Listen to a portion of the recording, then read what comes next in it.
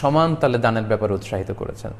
এমন না শুধু পুরুষদেরকে দানের কথা বলা হয়েছে, আল্লাহ রাসূল সাল্লাল্লাহু আলাইহি ওয়াসাল্লাম নারীদেরকে, বোনদেরকেও দানের ব্যাপারে উৎসাহিত করেছেন। স্পেশালি বোনদেরকে অ্যাড্রেস করে আল্লাহ হাবিব সাল্লাল্লাহু আলাইহি ওয়াসাল্লাম বলেছেন, ইয়া মা'আশারান নিসা তাসাদ্দাকনা। নারীদের পাশ দিয়ে, নারীদের একদলের পাশ দিয়ে আল্লাহর হাবিব সাল্লাল্লাহু আলাইহি ওয়াসাল্লাম হেঁটে যাচ্ছিলেন, তখন আল্লাহ রাসূল সাল্লাল্লাহু আলাইহি ওয়াসাল্লাম বললেন, ইয়া মা'আশারান নিসা, ওহে নারীরা, তাসাদ্দাকনা, তোমরাও দান করো, কেননা এই দানের ভেতরে বারাকা রয়েছে।